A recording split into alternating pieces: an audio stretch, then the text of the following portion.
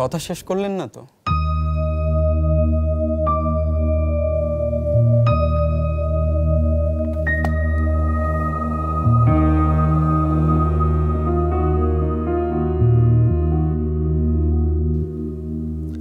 আমি সরি যে বিথি নামের কাউকে আমার খপ্পরে পড়তে হয়েছে, কিন্তু বিথি নামের মেয়েটা জানে না যে আমি তাকে পাগলের মতো ভালোবাসি। এর জন্য একটুও সরি না, একটুও না।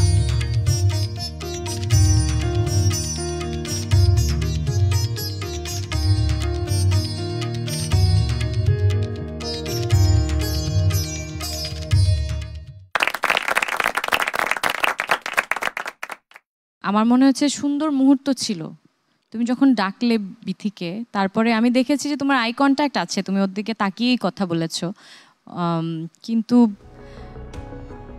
মোমেন্টটা আমি ফিল করতে পারিনি। মুখস্থ কিছু আছে? হ্যাঁ। কি আছে? কইন্না, আরে ও কইন্না,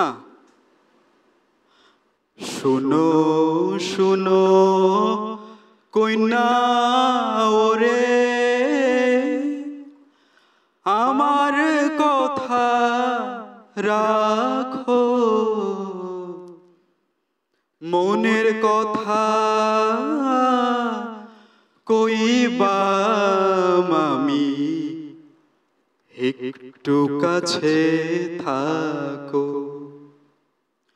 আরে সন্ধ্যা বেলা চাঁদনি ওঠে, সূরজ বইসে পাটে, হেন কালেতে একলা তুমি যাইও জলের ঘাটে। সন্ধ্যা বেলা জলের ঘাটে একলা যাইও তুমি, ভরা কলসি কাঙ্ক্ষে তোমার তুইলা দিয়া মামি, তুইলা দিয়া মামি। আমি আবারও বলবো যে মিস দ্য মোমেন্ট। আগের যে ভিডিওটা আমরা দেখেছি আপনার ওখানে খুব সুন্দর জায়গা ছিল।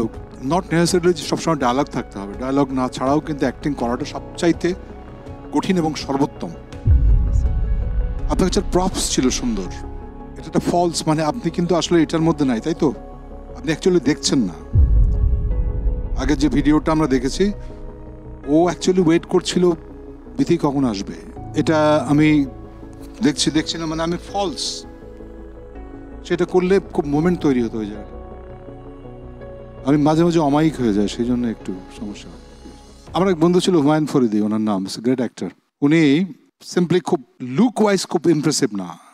একটা পারফরমেন্স সে সময় খুব আলোচিত হয়েছিল প্রেমের নাটকের ক্ষেত্রে। এরকম বিথি নামের কোনো একটি ইসের এত প্রেমে পড়েছে যে রাস্তাঘাটে যেখানেই যায় এক না সবসময় নাম জপছে, Bithi Bithi Bithi Bithi Bithi Bithi Bithi. That creates the moment, এবং সেটা অ্যাক্টরের মোমেন্ট, এটা স্ক্রিপ্টে লেখাও ছিল না। অ্যাক্টর এইগুলো ক্রিয়েট করে।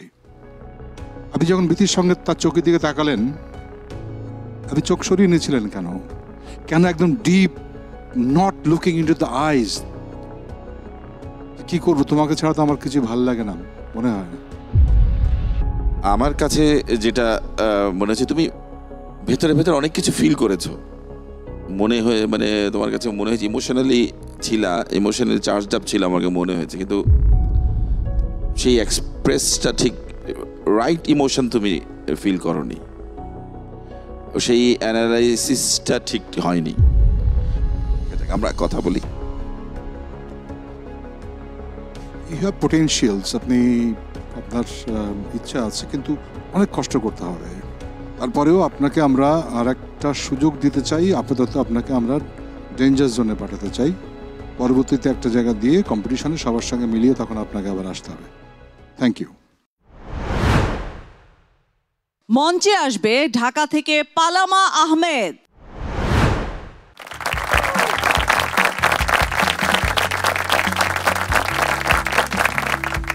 আমি পালামা আহমেদ।